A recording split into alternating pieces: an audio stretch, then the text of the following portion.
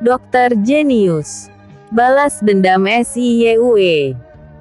Sedangkan pertarungan antara Pangeran Sang melawan murid dari Sekte Kunlun berlangsung cukup lama.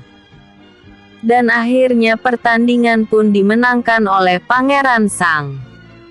Dengan kemenangan Pangeran Sang, membuat perguruan Lentera memiliki 2 juara, yaitu juara 1 dan 3. Dengan berakhirnya pertandingan itu, maka perguruan Lentera Putih merupakan juara umum di turnamen itu. Saat Sang Raja mengumumkan semua pemenangnya, semua peserta terlihat memiliki wajah berbeda. Ada yang sedih, ada yang bahagia dan ada pula yang iri.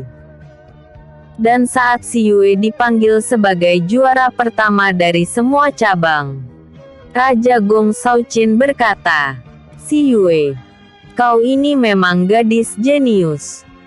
Semua hadiah kau ambil sendiri," kata Sang Raja sambil tertawa. "Baiklah, sebagai pemenang dari segala cabang, aku akan memberikannya besok di istana saja.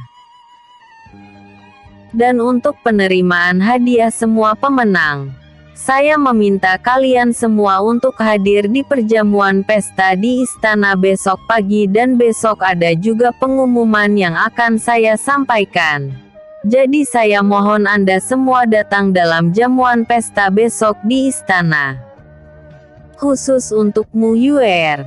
Aku minta kau datang dengan jati dirimu sendiri. Kau mengerti maksud raja ini kan? Ingat itu nak," ucap Raja Gong Shaoqin sambil tersenyum lembut. Ucapan Sang Raja menimbulkan tanda tanya di hati semua orang. Hanya bagi orang yang sudah tahu siapa Siyue, yang mengerti maksud Sang Raja. Sedangkan pangeran kedua terlihat heran mendengar ucapan sang ayah yang terlihat sangat akrab dengan Siyue. Siyue yang sedang duduk bersama para sahabat dan guru Yunjin segera berdiri. "Hamba mengerti yang mulia, dan hamba akan melaksanakan perintah yang mulia," jawab Siyue sambil menundukkan kepala memberi hormat. "Bagus. Saya kira ucapan raja ini sampai di sini. Kalian silahkan kembali ke tempat istirahat kalian. Ingat besok pagi kalian harus hadir," kata Raja Shaoqin mengakhiri ucapannya. Tak lama beliau keluar dari tempat arena pertandingan. Setelah itu satu persatu para peserta meninggalkan ruangan tempat pertandingan itu.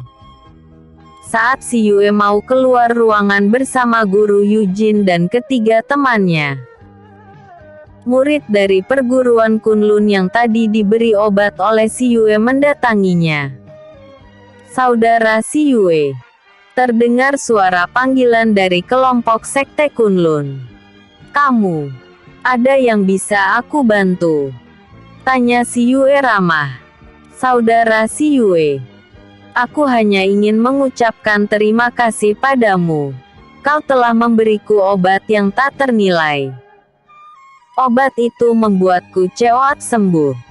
Sekali lagi terima kasih Siyue," ucapnya sopan. "Tidak masalah. Kau terluka karena pukulanku. Jadi aku memberi alikir itu dengan tulus. Jadi jangan terbebani dengan masalah itu," jawab Siyue ramah. "Terima kasih. Kalau boleh apakah aku boleh berteman denganmu?" tanya pria itu dengan wajah penuh harap. Mendengar perkataan pria itu, Siyue menatap pada guru Yunjin. Terlihat guru Yunjin tersenyum dan mengangguk kecil. Siyue segera tersenyum dan menatap pada pria itu. "Tentu saja boleh. Aku suka berteman kok," jawab Siyue. "Terima kasih teman. Namaku Beijan. Aku berasal dari kota Mansin. Kau sudah tahu perguruanku kan?" kata Beijan gembira. "Baik, aku akan mengingatnya," Jawab si Yue. Kalau kau datang ke kota Mansin, datangnya ke perguruan kami. Kami akan menyambut kedatanganmu. Tetua Agung juga menitip salam padamu. Beliau mengucapkan terima kasih atas pil yang kau berikan padaku. Ucapnya dengan wajah gembira. Terima kasih. Baik, aku akan mampir jika aku melewati kota Mansin. Salam untuk semua, kata si Yue. Terima kasih si Yue. Aku pergi dulu. Sampai bertemu di perjamuan besok, seru pria itu, gembira. Setelah berpamitan pada guru Yunjin dan mereka semua, Dick segera pergi berkumpul kembali dengan teman dan gurunya.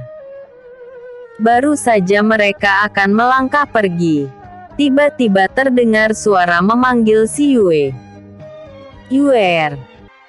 Terdengar suara yang terlalu akrab di telinga si Yue. Dengan cepat si Yue melihat ke arah suara yang memanggilnya. Kakek, seru si Yue sambil berlari dan memeluk kakek si dengan manja. Anak nakal, beberapa hari ini kau membuat hati kakakmu cemas, ucap sang kakek sambil memeluk tubuh si Yue. Hehehe, maafkan si Yue kek. Semua itu si Yue lakukan dengan terpaksa. Kemarin karena kuda yang dinaiki si Yue terluka. Karena itulah si Yue berdiri. Jawab si Yue. Kakek tahu nak. Tapi jangan berbuat yang gangga lagi ya.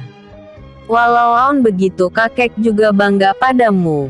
Kau sudah dewasa dan pintar, ucap sang kakek. Terima kasih kek, jawab si Yue sambil tersenyum manis dan memeluk kakek si Yue. Selamat ya, kata Fang Yan yang ada di sebelah kakek si. Kakak, terima kasih, ucap si Yue. Satu persatu ketiga kakak si Yue memberi selamat padanya. Dan kakek si meminta pada guru Yunjin untuk membawa keempat cucunya kembali ke rumah mereka. Guru Yunjin yang menyadari kakek si merindukan cucu-cucunya, dengan senang mengizinkan mereka pulang bersama sang kakek. Ketiga teman si Yue pun mengikuti si Yue pulang. Si Yue meminta izin pada sang kakek untuk kembali ke istana Pangeran Luoyi dulu. Mereka harus berpamitan dengan Pangeran Luoyi. Kakek pun mengizinkannya. Saat mereka sampai di depan istana sang pangeran, kebetulan sekali Pangeran Luoyi baru kembali dari istana sang bunda. Loh, kalian juga baru datang, kata sang pangeran sambil tertawa. Benar yang mulia, kami juga baru datang, jawab Chanxin. Yue, selamat ya. Kau sekarang hebat sekali. Aku semakin bangga padamu, kata Pangeran Luoyi sambil memeluk si Yue. Si Yue yang merasa sudah biasa dengan sikap Pangeran Luoyi yang terlihat sangat menyayangi Yue, akhirnya diam saja mendapatkan pelukan pria itu. Terima kasih kak. Oh ya kak, kami akan pamit pada kakak. Hari ini kami akan kembali ke rumah kakek, kata si Yue berpamitan. Sekarang, kenapa tidak besok saja? Bukankah besok masih ada pesta? Kata Pangeran Luoyi yang merasa keberatan ditinggal sendiri. Kakek meminta kita pulang dulu. Bukankah kita akan bertemu lagi di perjamuan besok kak? Kata si Yue menghibur Pangeran Luoyi. Terlihat Pangeran Luoyi sedih. Namun akhirnya dia tersenyum. Baiklah, kita akan bertemu di pesta nanti. Tapi kau harus janji kalau kau akan berdandan secantik mungkin. Kau akan membuatku semakin bangga memiliki adik perempuan secantik dan sejenis kamu, kata Pangeran Luoyi dengan mata berbinar. Baik, Aku akan menuruti perintahmu kakakku yang baik, ucap si Yue sambil tersenyum manis. Baik, pulanglah.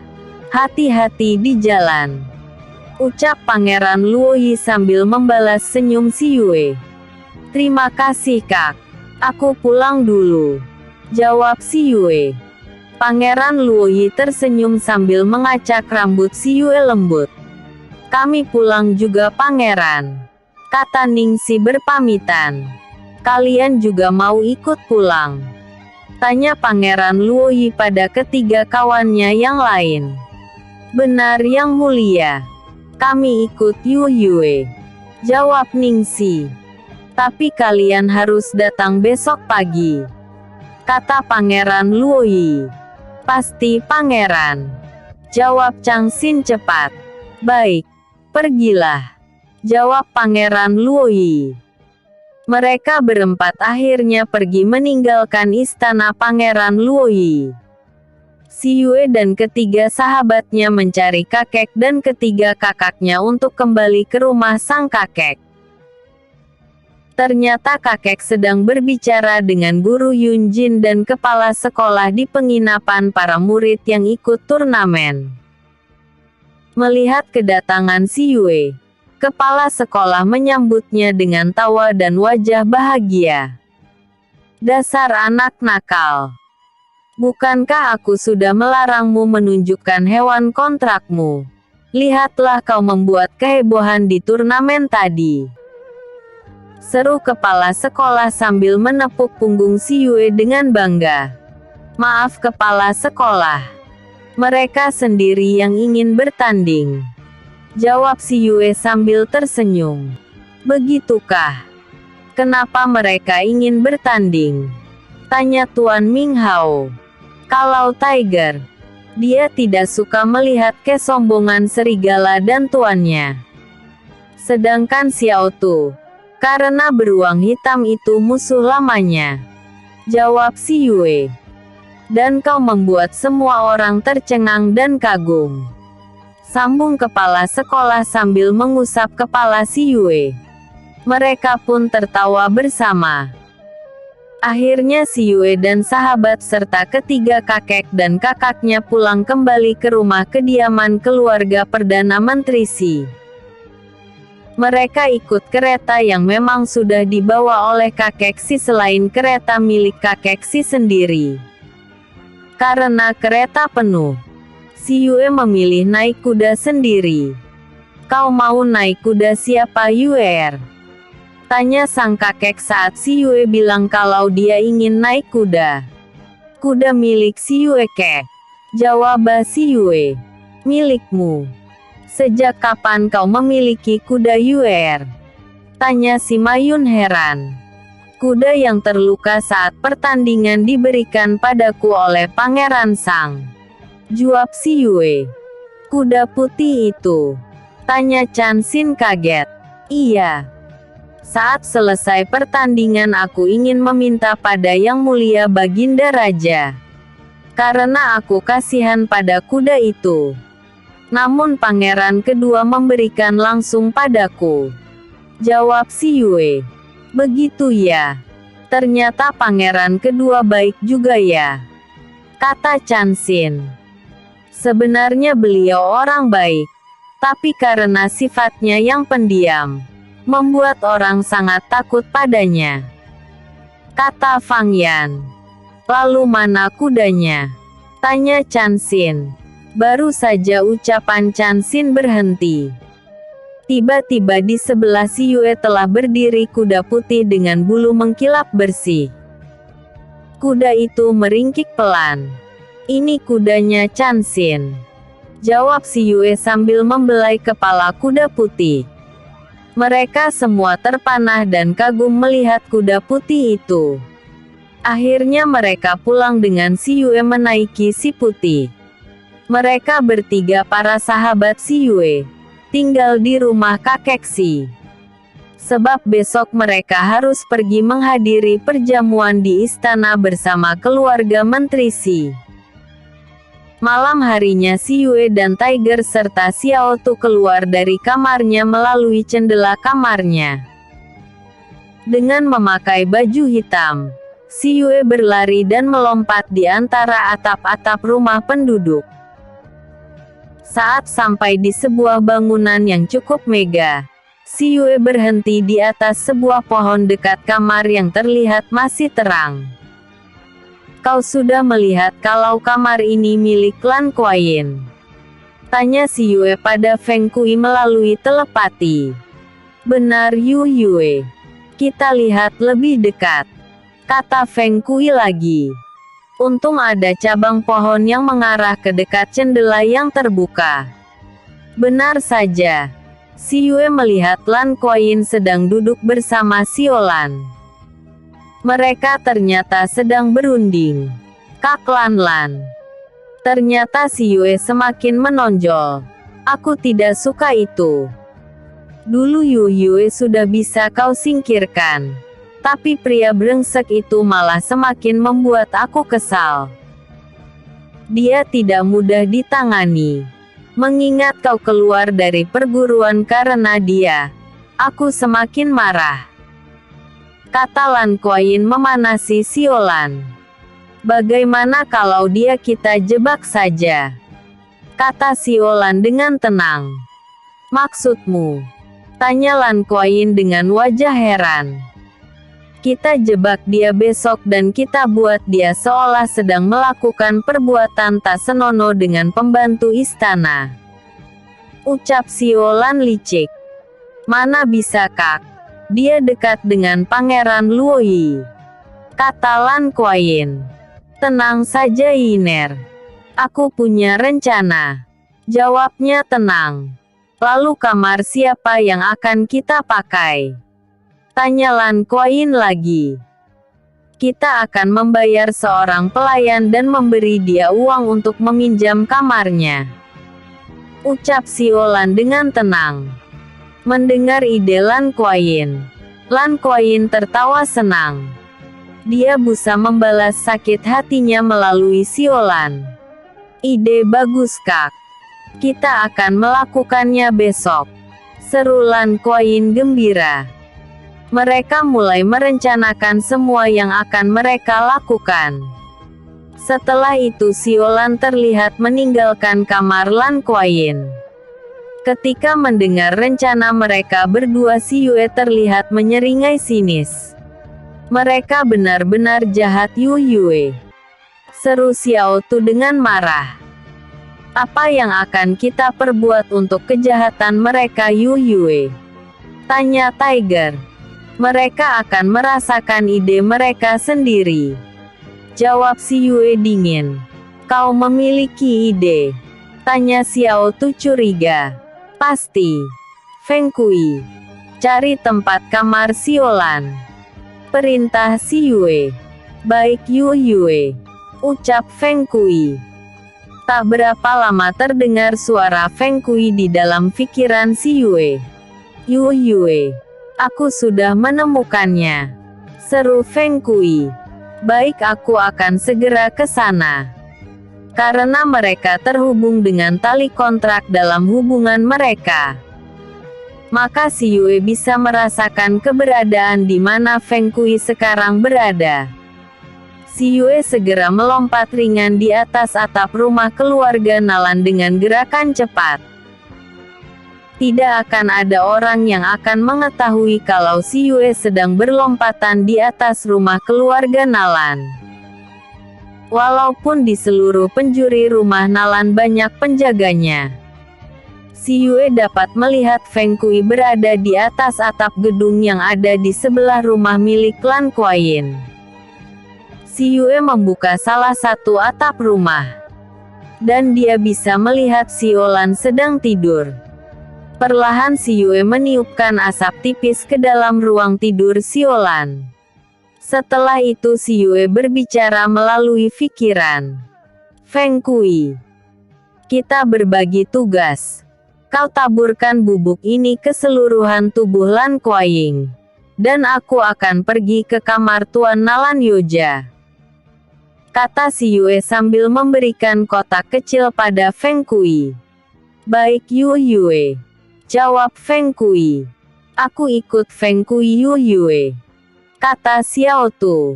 Baik, tapi kalian harus hati-hati, jawab si Yue. Baik Yue, jawab mereka bersama. Feng Kui dan Xiao Tu segera pergi ke arah kamar Lan Kuayin. Sedangkan si Yue pergi bersama Tiger ke tempat Tuan Nalan Yoja dengan petunjuk dari Tiger. Si Yue mendatangi kamar Tuan Nalan Yoja. Dari atas atap dia bisa melihat kalau Tuan Nalan Yoja sedang tidur bersama sang istri. Perlahan dia meniupkan asap berwarna hijau muda ke dalam kamar itu. Beberapa jam lagi asap itu akan hilang dengan sendirinya tanpa meninggalkan jejak. Setelah itu dia kembali lagi ke kamar Siolan. Namun saat mereka melintas di dekat kamar Siolan, dia melihat seorang pria parubaya dengan tubuh kekar sedang berdiri berjaga. Dalam ingatan Yue, pria itu pernah memukul dan menamparkan Yue sampai keluar darah dari hidung Yue. Bukan itu saja, pria itu juga menendang si Yue sampai Yue jatuh sakit. Mengingat itu, si Yue merasa marah. Dia segera melepas jarum peraknya untuk menusuk titik kesadaran pria itu. Tak lama pria itu jatuh pingsan. Dengan cepat si Yue membawa pria itu masuk ke dalam kamar Siolan dan membaringkannya di atas tempat tidur Siolan.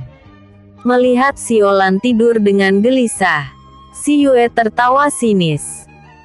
Setelah menaruh tubuh besar itu, si Yue membuka baju Siolan. Yue, aku keluar, kata Tiger ketika melihat tingkah si Yue. Angguk si Yue sambil tetap mengerjakan pekerjaannya membuka seluruh baju Siolan. Si Yue bergumam pelan. Kau ingin menjebakku seperti ini. Sekarang rasakan apa yang ada di dalam otak licikmu. Jadi maafkan aku jika nanti ada masalah untukmu, ucapnya ambil tersenyum sinis. Setelah Siolan tidur tanpa busana, si Yue menutupi tubuh itu untuk sementara. Dia lalu menatap tubuh besar penjaga. Si Yue bingung bagaimana cara membuka baju pria itu. Kau butuh bantuan. Sebuah suara pelan ada di sebelah si Yue. Tentu saja si Yue kaget. Seorang pemuda tampan berbaju kuning cerah berdiri di sebelahnya. Kau membuatku kaget Feng Kui, ucap si Yue. Maaf. Apa perlu ku bantu? Ucapnya. Lagi. Iya. Kau buka bajunya dan taruh mereka dalam satu selimut, kata si Yue. Dia segera mencabut jarum peraknya dan melompat keluar. Sedangkan Feng Kui dengan cepat membuka baju pria itu dan segera ikut keluar juga. Ternyata yang ditiupkan oleh si Yue adalah asap yang mengandung obat G nafsu. Tentu saja obat itu si Yue tahu sangat kuat. Dia menemukan obat itu di salah satu sudut ruang apotiknya. Entah master yang mana yang telah membuatnya. Saat si Yue menemukan obat itu, hampir saja dia membuangnya. Namun dia selalu lupa. Dan sekarang obat itu ternyata berguna. Hari ini obat itu dapat dia gunakan untuk membalas dendam pada musuhnya. Si Yue menambahkan lagi sedikit asap racun ke dalam ruangan Siolan dan menutupnya. Terlihat senyum devil di bibir si Yue. Kita pulang. Kita akan kembali besok pagi. Kita akan melihat apa yang akan terjadi besok, kata si Yue sambil berlari dan melompat di atas atap atau pohon di sepanjang jalan menuju rumah sang kakek. Si Yue hanya membutuhkan waktu 1 jam untuk menyelesaikan rencananya. Sedangkan di kamar Siolan, saat itu Siolan yang sedang tidur merasakan badannya yang terasa panas. Dia tidur dengan gelisah. Begitu juga dengan penjaga yang ada di sebelah Siolan. Obat itu telah mempengaruhi kesadaran dan tubuh mereka berdua. Dan tanpa sadar mereka merasakan gesekan di lengan mereka yang tidur berdampingan. Entah mengapa gesekan itu membuat mereka terasa nyaman. Dan gesekan demi gesekan membuat mereka semakin nyaman. Dan akhirnya kenyamanan itu membuat mereka melakukan apapun yang membuat mereka semakin nyaman. Siolan yang memang sudah terbiasa melakukan perbuatan itu, tanpa sadar tangannya dan tubuhnya menuntut lebih jauh. Begitu juga dengan penjaga itu. Tanpa mereka sadari mereka melakukannya beberapa kali. Hingga akhirnya mereka berdua tidur dengan pulas di atas ranjang Siolan karena kelelahan. Keesokan harinya, di tempat keluarga Nalan terjadi kehebohan. Lan Kuayin yang baru bangun dari tidurnya merasakan seluruh badannya sakit dan gatal. Namun saat dia ingin bangun, tiba-tiba dia mendengar kehebohan dari luar kamarnya. Dengan perasaan cemas dan ingin tahu, dia berjalan keluar kamar. Namun saat pelayan melihat keadaannya, si pelayan berseru ngeri. "Nona, kenapa dengan wajah dan tubuh Nona?" Seru pelayan itu takut dan khawatir. "Ada apa? Ada apa dengan wajah dan tubuh?" Lan Kuayin menatap tubuhnya. Dan dia tertegun melihat tubuhnya yang sudah mengalami banyak luka memanjang seperti terkena cakaran. Bukan itu saja.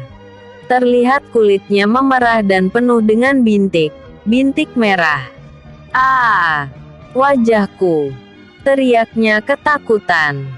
Dia berlari masuk ke dalam kamarnya. Dan segera lari ke kaca. Dia menjerit dan jatuh pingsan. Melihat itu para pelayam ketakutan, mereka segera mengangkat Lan Kuayin dan menaruhnya di tempat tidurnya. Mereka segera melaporkan pada Tuan Nalan Yoja. Begitu juga di ruang kamar Siolan. Ibu Siolan yang tiap hari selalu membangunkan Siolan. Hari ini saat Ibu Siolan bersama beberapa pelayan masuk ke dalam kamar Siolan yang tidak terkunci untuk membangunkan gadis itu. Betapa terkejutnya mereka ketika melihat Siolan sedang tidur dengan seorang pria. Sang ibu lebih terkejut lagi saat melihat putrinya tidur dengan seorang pria tanpa busana sama sekali. Keduanya dalam keadaan bulat, tanpa memakai selembar kain di tubuh mereka. Ketika melihat siapa pria yang sedang bersama sang putri, Nyonya Nalan berteriak dengan keras. Sebab dia melihat siapa pria itu. Bagaimana dia tidak akan terkejut saat sang ibu melihat Siolan sedang berpelukan dengan seorang pria tanpa busana. Sang ibu tahu siapa pria itu. Dia menjerit dengan keras dan terduduk lemas di dalam kamar Siolan. Sedangkan kedua orang yang sedang tidur lelap segera terjaga. Namun saat melihat keadaan mereka dan siapa dan di mana mereka, Siolan juga menjerit kaget. Buru-buru sang penjaga mencari bajunya yang berserakan di lantai. Begitu juga dengan Siolan. Sang ibu yang melihat kejadian itu akhirnya jatuh pingsan. Dan Tuan Nalan Han segera datang bersama beberapa pengawal dan penjaga. Ketika melihat apa yang terjadi, kemarahan Tuan Nalan Han meledak. Anak yang dia banggakan dan dia sayangi berani berbuat seperti itu di dalam rumahnya sendiri. Dia bagai tersambar petir di pagi hari. Tanpa basa-basi lagi, dia mencabut pedang di pinggang salah satu pengawal yang ikut bersamanya dan menebas leher penjaga yang malang itu. Melihat semua itu, mereka yang berada di sana merasakan ngeri. Sedangkan Siolan sendiri segera bersujud minta ampun. "Ayah, ampunkan putri ini ayah. Maafkan aku. Maafkan Siolan ayah," seru Siolan dengan ketakutan. "Siolan, apa yang kau lakukan ini ha? Ku telah mencoreng wajah keluarga Nalan dengan tingkah lakumu. Kau berbuat bejat di rumah keluarga Nalan," teriaknya marah. "Ampun ayah." Lanlan tidak tahu apa yang sedang terjadi. Lanlan baru sadar saat Lanlan bangun barusan. Ucap Siolan dengan gemetar. Terlihat wajah Tuan Nalan memerah karena marah. "Tidak tahu apa yang kau perbuat. Kau pikir ayahmu bodoh ha?" teriak Tuan Nalan marah. "Lanlan dihebak ayah," ucap Siolan membela diri. "Dijebak? Di rumah dan kamarmu sendiri kau bilang kau dijebak," teriak Tuan Nalan Han marah. Plak, plak. Dua tamparan melayang di pipi Siolan dengan keras. Hingga pipi Siolan merah membekas tangan sang ayah. Terlihat di sudut mulut Siolan ada sedikit darah. "Mulai sekarang kau dilarang keluar dari kamar. Sampai larangan itu ayah cabut," seru Tuan Nalan dengan marah.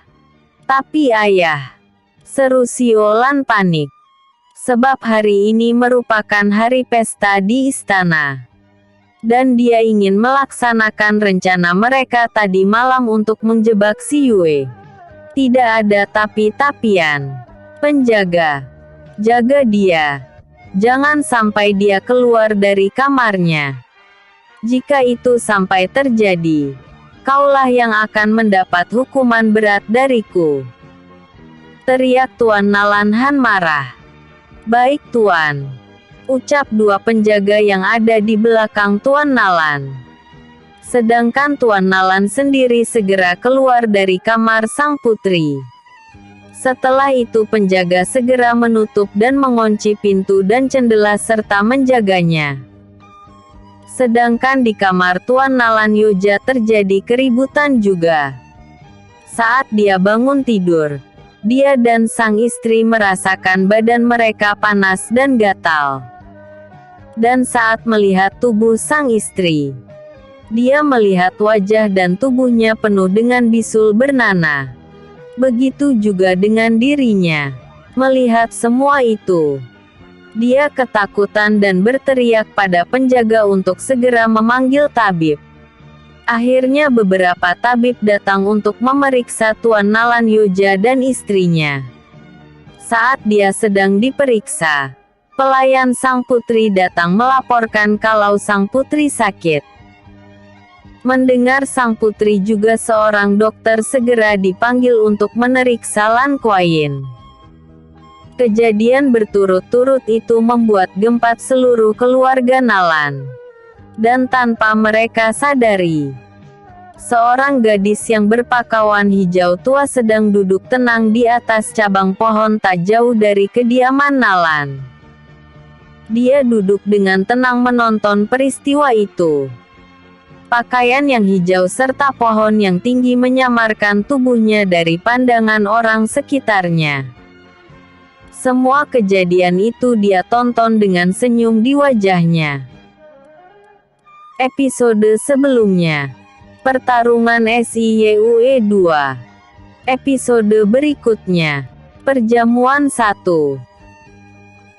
Dokter Jenius. Perjamuan 1. Sedangkan di kamar Tuan Nalan Yoja terjadi keributan juga. Saat dia bangun tidur, dia dan sang istri merasakan badan mereka panas dan gatal.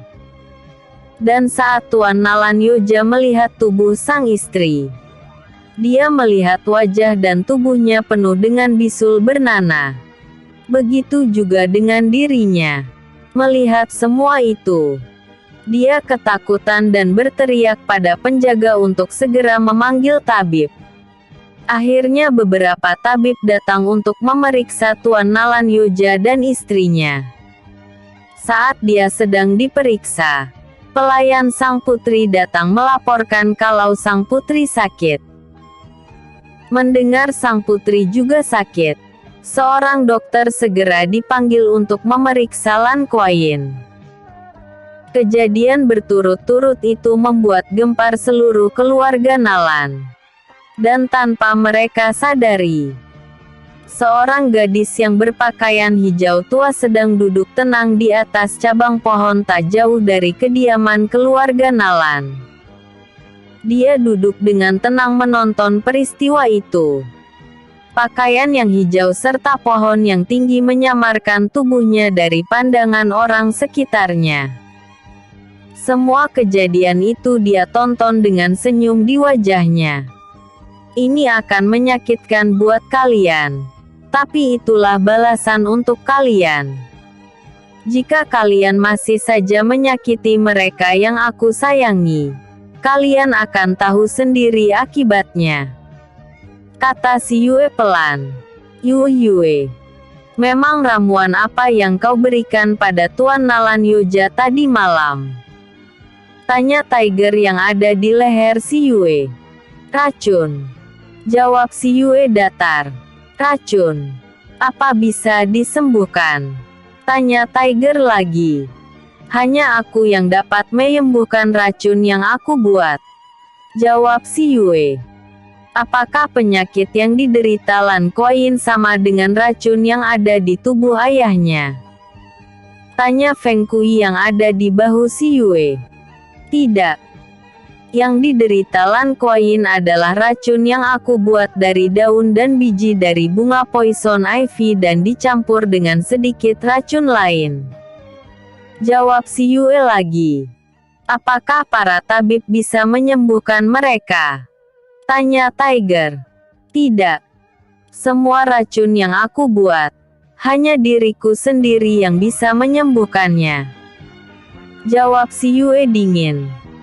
Mendengar ucapan si Yue, keempat makhluk kontrak si Yue hanya bisa merasa kasihan pada keluarga Nalan. Tapi mereka merasa itulah hukuman terbaik untuk mereka yang ingin mencelakai master mereka. Ayo kita pulang. Biarkan mereka merasakan balasan yang harus mereka terima. Ucap si Yue sambil berdiri dari duduknya.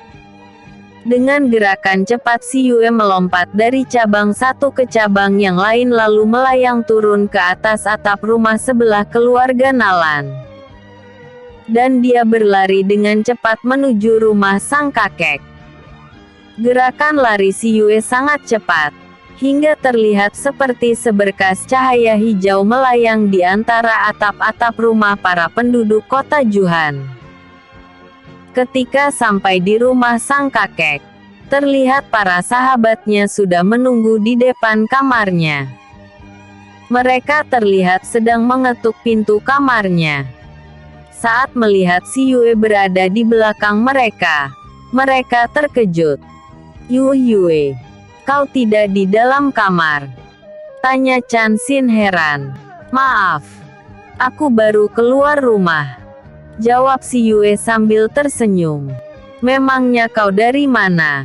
Tanya Ningxi. Ada sesuatu yang aku lakukan. Lalu ada apa kalian mencariku? Tanya si Yue. Ini ada titipan dari kakek untukmu. Kata Ningxi sambil memberikan kotak besar berwarna putih. Apa ini? Tanya si Yue. Entahlah. Kakek hanya bilang kalau ini kiriman dari Baginda Raja. Jawab Ningxi lagi. Lebih baik kita lihat di kamarmu saja Yue. Kita akan tahu apa isi dari kotak itu. Kata Feng Sun tenang. Benar juga katamu. Ayo kita lihat, jawab si Yue. Mereka segera masuk ke dalam kamar si Yue. Setelah sampai di dalam, mereka buru-buru membuka kotak itu. Ternyata kotak berisi gaun indah berwarna kuning serta satu set perhiasan dan sepasang sepatu indah. Ya ampun Yue, ini gaun indah yang sangat indah. Dan gaun ini biasanya dipakai oleh putri kerajaan. Jangan-jangan raja akan mengumumkan dirimu sebagai putri angkat beliau, seru Chan Xin heboh. Si Yue mengambil baju itu dari dalam kotak. Awa, benar perkataanmu Chan Xin? Tanya si Yue yang memang belum mengetahui keadaan zaman kuno ini. Perkataan Chan Xin ada benarnya Yue. Memang kebanyakan yang memakai pakaian seperti ini hanyalah putri raja, kata Feng Sun menyela. Kalau begitu kita harus cepat bersiap-siap. Sekarang kalian berdua keluar dulu. Aku akan memakai baju ini.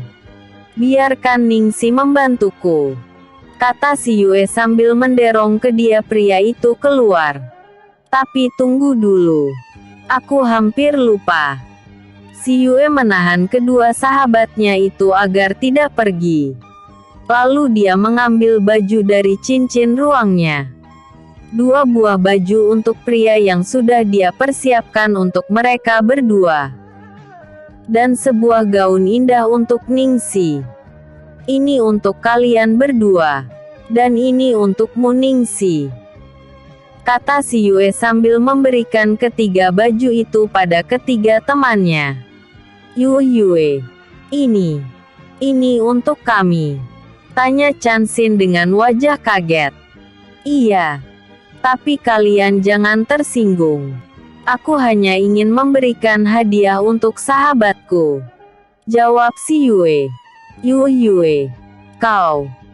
Terlihat wajah haru di mata para sahabatnya. Cek, jangan sedih seperti itu. Kita ini saudara. Jangan ada rasa sungkan di antara kita. Aku hanya ingin membuat kalian bahagia, kata si Yue lagi. Terima kasih Yue. Kau memang teman terbaik untuk kami, kata Chan Xin. Ya sudah, bawa sana. Kalian harus mengganti baju kalian. Aku dan Ningxi juga akan mengganti baju kami, kata si Yue berusaha menghilangkan perasaan haru di antara mereka. Mereka pun segera keluar dari kamar dengan membawa baju pemberian si Yue. Si Yue dan Ningxi saling membantu untuk berdandan dengan dibantu Siona yang selalu setia dan sayang pada si Yue. Dia juga mendapatkan baju baru dari si Yue. Beberapa waktu kemudian kedua gadis itu telah selesai berdandan. Begitu juga dengan Siona. Yue, kau benar-benar cantik, seru Ningxi kagum. Nona, kau sangat cantik, ucap Siona pula. Memang wajah yang selalu terlihat tampan saat menjadi si Yue, kini terlihat sangat cantik dengan dandanan sebagai wanita. Wajah seputih dan sehalus giok itu terlihat sangat menawan dengan riasan natural. Si Yue yang memang sejak di zaman modern tidak terlalu suka berdandan, terlihat sangat cantik hanya dengan riasan tipis saja. Bibir yang memang sangat merah, tanpa pemerah bibir pun terlihat merah mereka. Yue, dengan dandan tipis seruri ini saja kau sudah secantik ini, kata Ningxi kagum. Sudah, jangan memuji terus. Ayo kita keluar, kata si Yue yang tak ingin mendengar pujian dari sang sahabat. Dan kau Ona, kau harus selalu bersamaku, kata si Yue pada Ona. Baik Nona, Nubi akan selalu ada di dekat Nona, jawab si Ona. Mereka segera pergi menemui kakek dan ketiga saudara serta kedua sahabatnya yang telah menunggu. Mereka berjalan ke ruang keluarga yang ada di depan kamar sang kakek. Saat mereka semua melihat kemunculan si Yue, mereka melongo tanpa berkedip. Sang kakek yang baru saja keluar, melihat wajah si Yue yang juga baru datang. "Yue, kau cantik sekali nak," seru sang kakek sambil mendekati si Yue. "Kakek, tentu saja kek, kan cucu kakek sih," jawab si Yue sambil pergi dalam pelukan hangat sang kakek. "Hei, nanti bajumu rusak nak," seru sang kakek ketika melihat cucu kesayangannya berlari dalam pelukannya. "Mana mungkin kek, tapi biarkan saja rusak. Yue hanya ingin memeluk kakek," jawab si Yue manja. "Kau ini sudah besar masih manja," ucap sang kakek sambil tertawa. Tawa kakek si membuat ketiga kakak si Yue yang ada di ruangan itu tersadar. "Yue, ini benar-benar Yue kan?" seru si Mayun sambil menatap si Yue yang baru lepas dari pelukan kakek si. "Cek, tentu saja kak. Memangnya kakak ingin yang berdiri di depan kakak bukan Yue?" ucap si Yue sambil cemberut. Wajah cantik itu semakin mengemaskan saat cemberut seperti itu. "Kau ternyata gadis kecil kakak. Kau cantik sekali sayang," ucap Fang Yan gemas. Dia mencubit pipi putih si Yue dengan sayang. "Kakak, lepaskan kak. Gimana nanti kalau dandanan si Yue berantakan?" seru si Yue saat kedua pipinya mendapat cubitan sang kakak. "Itu tidak jadi masalah. Tanpa dandanan tebal kau tetap tercantik di seluruh kerajaan ini sayang," ucap Fang Yan bangga. "Bukan hanya di kerajaan ini saja dia tercantik. Tapi aku belum pernah melihat gadis secantik Yue-ku ini. Sayang, apakah kau tidak mau memeluk kakak tampanmu ini?" ucap Rong Han sambil mendekati si Yue. "Tentu saja kak," seru si Yue sambil berjalan ke dalam pelukan sang kakak. "Hei, aku juga ingin memeluk si Yue," seru Fang Yan. "Aku juga," kata si Mayun. Akhirnya mereka berempat saling berpelukan, dan si Yue ada di tengah. Melihat keempat cucunya saling berpelukan, kakek si tersenyum bahagia. "Tuan, lihatlah gadis kecilmu itu. Dia telah menjelma menjadi gadis cantik," batin kakek si saat melihat mereka. "Ningxi, apa benar dia Yue?" tanya Chan Xin tak percaya. "Lalu kau pikir dia siapa?" tanya Ningxi kesal pada sang sahabat. "Tapi, kenapa dia secantik itu?" ucapnya. "Bodoh. Bodoh," ucap Feng Sun singkat. Mendengar perdebatan ketiga sahabat sang nona, Siona menahan tawanya. "Ya sudah, ayo kita pergi," kata kakek si. Mereka pun segera berangkat ke istana. Mereka membawa 3 kereta. Kereta pertama berisi kakek si dan Fang Yin. Kereta kedua berisi Rong Han, si Mayun, Chan Xin dan Feng Sun.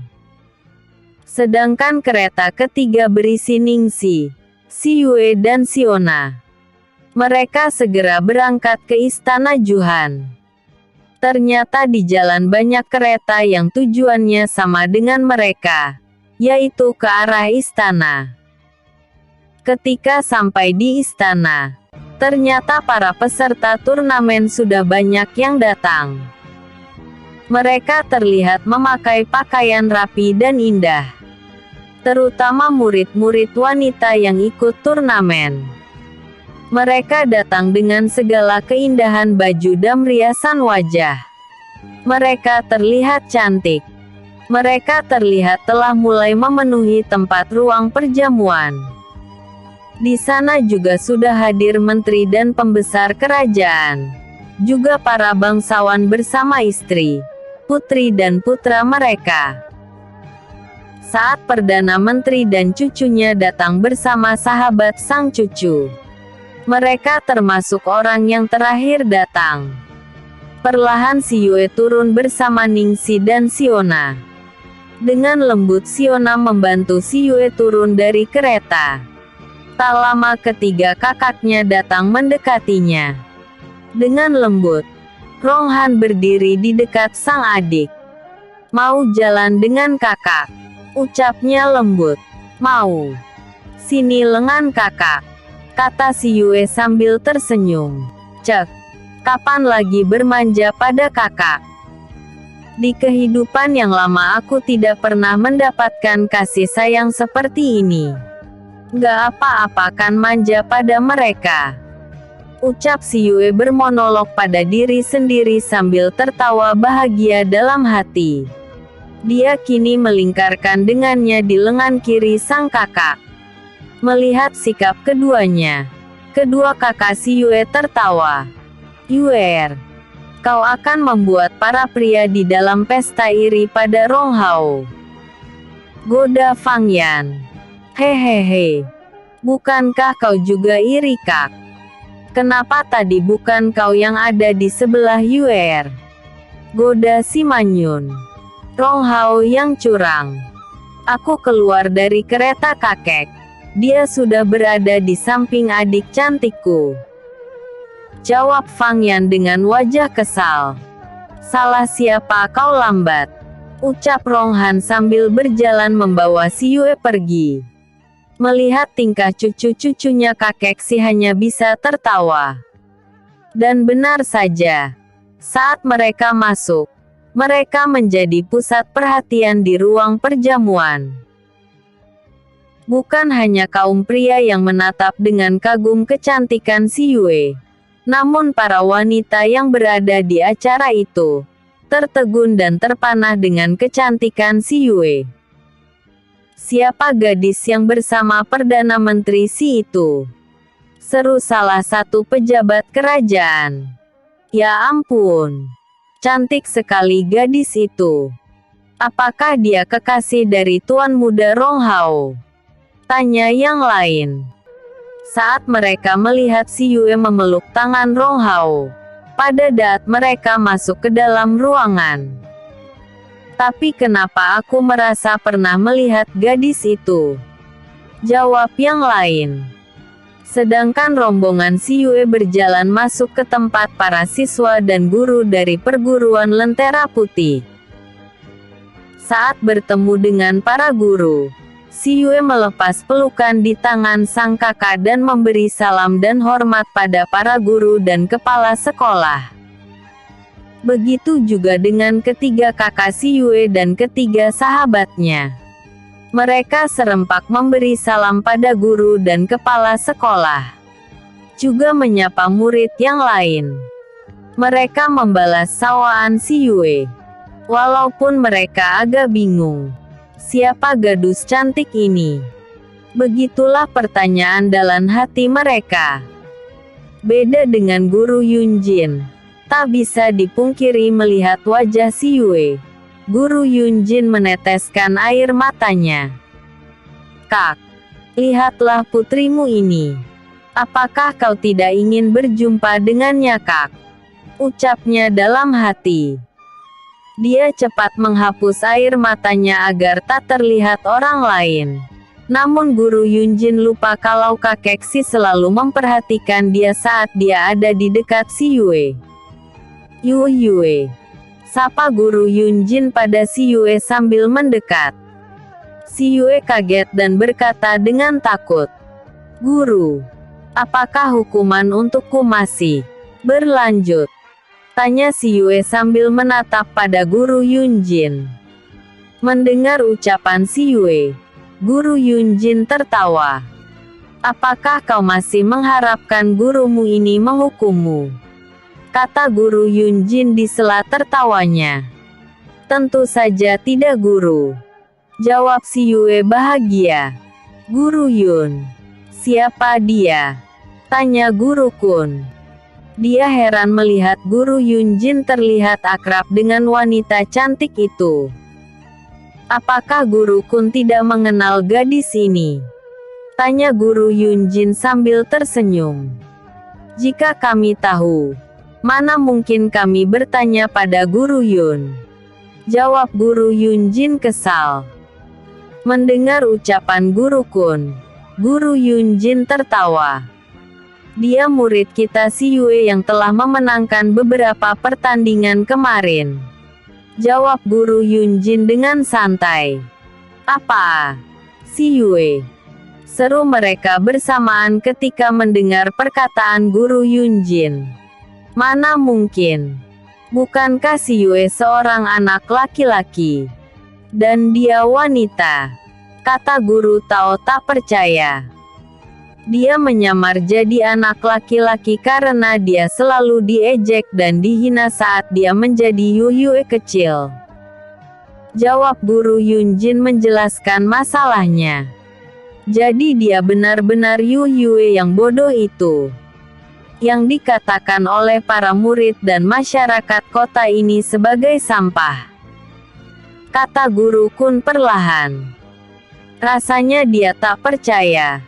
Gadis yang teramat cantik dan anggun ini adalah gadis yang dikatakan sampah kerajaan Juhan. Jika seperti dia dikatakan sampah, lalu siapa kita ini? Kata Bo Suji dengan wajah lucu dan terhina. Dia duduk di belakang Guru Kun. Senior Suji, kau sudah sembuh? Tanya si Yue pada Bo Suji yang terlihat masih ada bekas memar di wajahnya. Sudah. Terima kasih Yue. Ucap Bo Suji ramah. Guru Yunjin menyuruh si Yue. Ketiga kakaknya dan sahabatnya segera duduk di dereyan kursi kosong di sebelah Guru Yunjin. Untunglah tempat duduk sang kakek berada persis di depan para peserta dari perguruan Lentera Putih. Terlihat kakek dan kepala sekolah duduk berdua. Namun belum juga si Yue duduk dengan tenang.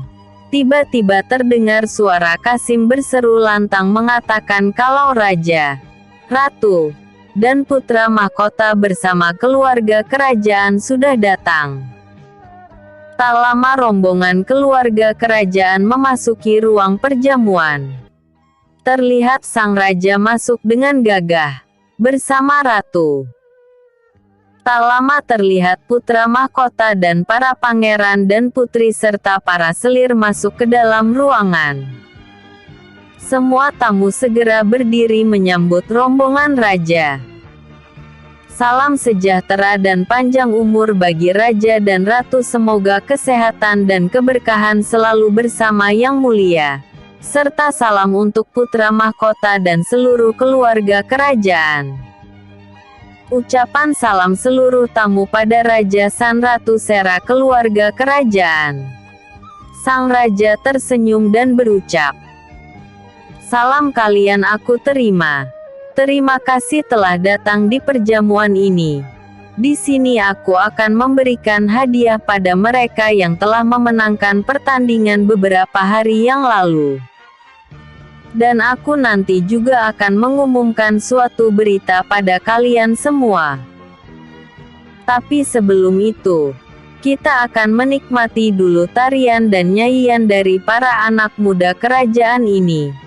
Untuk itu mari kita lihat kepandaian mereka," kata raja dengan bijak dan wibawa. Para tamu pun segera duduk kembali setelah melihat raja dan keluarga kerajaan duduk di tempat mereka. Saat itulah Pangeran Luoyi melihat kehadiran si Yue.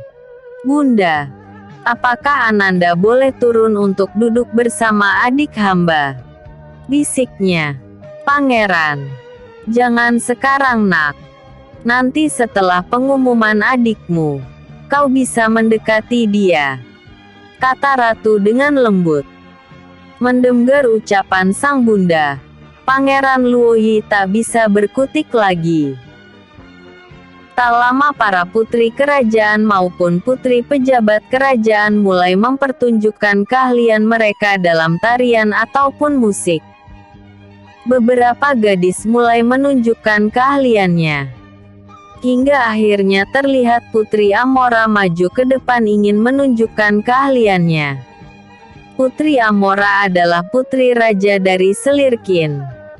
Dia adik dari pangeran kelima. Namun sifat Putri Amora sedikit tidak menyenangkan. Dia terkenal dengan sifatnya yang angkuh dan sombong. Sebenarnya dia gadis yang cantik dan pintar. Namun karena sifatnya itu, masyarakat tidak terlalu menyukainya. Di antara para putra dan putri raja, hanya dia saja yang memiliki sifat tercela. Sedangkan sang kakak yaitu pangeran kelima terkenal dengan hatinya yang baik dan sabar. Kini terlihat Putri Amora mulai menunjukkan keahliannya menari. Gerakan tariannya yang lembut membuat orang terdiam terpesona. Dan saat tarian itu berakhir, terdengar tepukan meriah dari para tamu. Namun terlihat dia masih berdiri di tengah ruangan walaupun musik sudah berhenti. Dia menatap ke arah si Yue sebentar lalu ke arah para tamu yang lain. Saya tahu kalau para putri semua memiliki keahlian masing-masing. Dan aku mengetahui dan mengenal mereka. Tapi hari ini, aku melihat seorang gadis yang belum pernah aku lihat. Apakah dia tamu atau rakyat kerajaan ini? Tapi karena saat ini semua gadis telah tampil di acara ini, seharusnya gadis itu juga menunjukkan sedikit keahliannya. Ayahanda, boleh saya menyuruh gadis itu untuk maju ke depan dan menunjukkan sedikit kemampuannya? Ucapnya dengan bibir tersenyum. Namun mereka bisa melihat kalau itu senyuman sinis dan licik. Nak, jika dia seorang tamu, kita tidak berhak memaksanya. Sebagai putri raja, tindakanmu itu tidak baik. Takutnya kita telah membuat dia tersinggung dan menyakiti hatinya. Ayah tidak suka itu, Amora. Kau tahu maksud ayah, ucap raja tajam. Dia tahu sifat putrinya ini. Raja memiliki 2 orang putri. Putri pertama telah menikah dengan seorang pangeran dari kerajaan sebelah. Dan putri kedua yaitu Putri Amora. Karena merasa dia merupakan putri satu-satunya, gadis itu menjadi gadis yang sombong dan angkuh. Sudah berpuluh kali raja memberi nasihat dan hukuman pada Putri Amora. Namun gadis itu tidak pernah berubah. Ayah, jika dia tidak menunjukkan satupun keahliannya, itu bertanda dia tidak menghormati kita. Karena itu, mau tak mau dia harus tampil. Ucapnya dengan wajah terlihat menghina. Raja terlihat sangat marah. Dan tanpa persetujuan dari raja, Putri Amora memanggil orang yang sejak tadi ingin dia permalukan.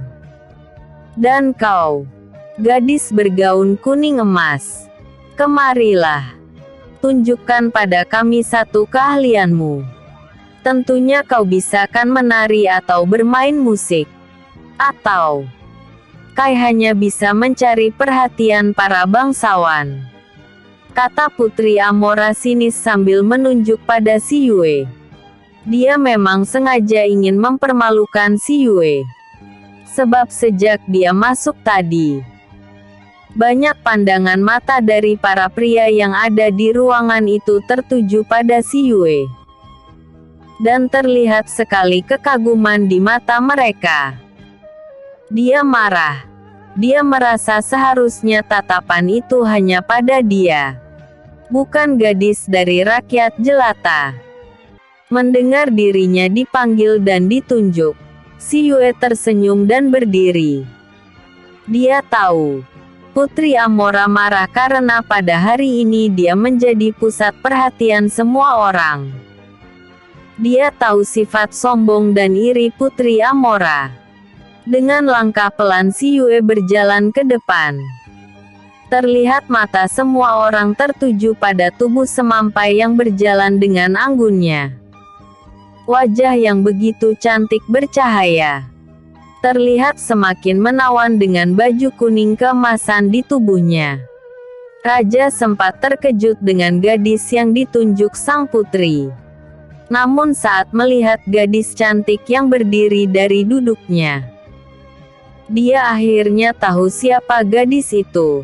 Sebab gadis itu berdiri di kursi yang berada di sebelah cucu dari Perdana Menteri si sahabatnya. Dia tersenyum gembira. Ternyata kau gadis nakal. Tentu saja Putri Amora marah padamu. Kecantikanmu mengalahkan dia dengan telak. Batin sang raja. Sedang putra mahkota yang baru melihat si Yue terkejut bukan main. Dia sampai berdiri karena kaget. Putra mahkota, duduklah, tegur sang raja. Raja mengerti dengan reaksi sang putra mahkota. Sedangkan Pangeran Sang terlihat sangat kaget. Dia menatap si Yue hingga sulit untuk berkedip. Siapa gadis itu? Serunya dalam hati. Bunda, lihatlah adikku. Cantik sekali kan? Dia cantik seperti bunda. Ucap Pangeran Luoyi bangga. Benarkah Pangeran? Tanya Ratu sambil tersenyum. Dia senang melihat putra kesayangan ini semakin hari semakin sehat dan kuat. Semua ini berkat gadis cantik yang ada di depan sana. Benar sekali bunda.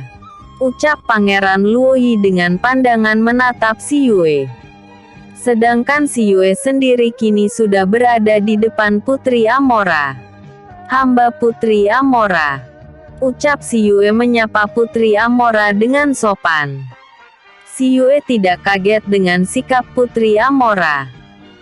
Tadi saat Putri Amora sedang menari, tiba-tiba kilasan gambar terlintas di ingatannya. Di mana Putri Amora sering menghina dan menyakiti Yu Yue jika dia berjumpa dengan gadis itu. Saat Yu Yue akan bermain ke istana Pangeran Luoyi.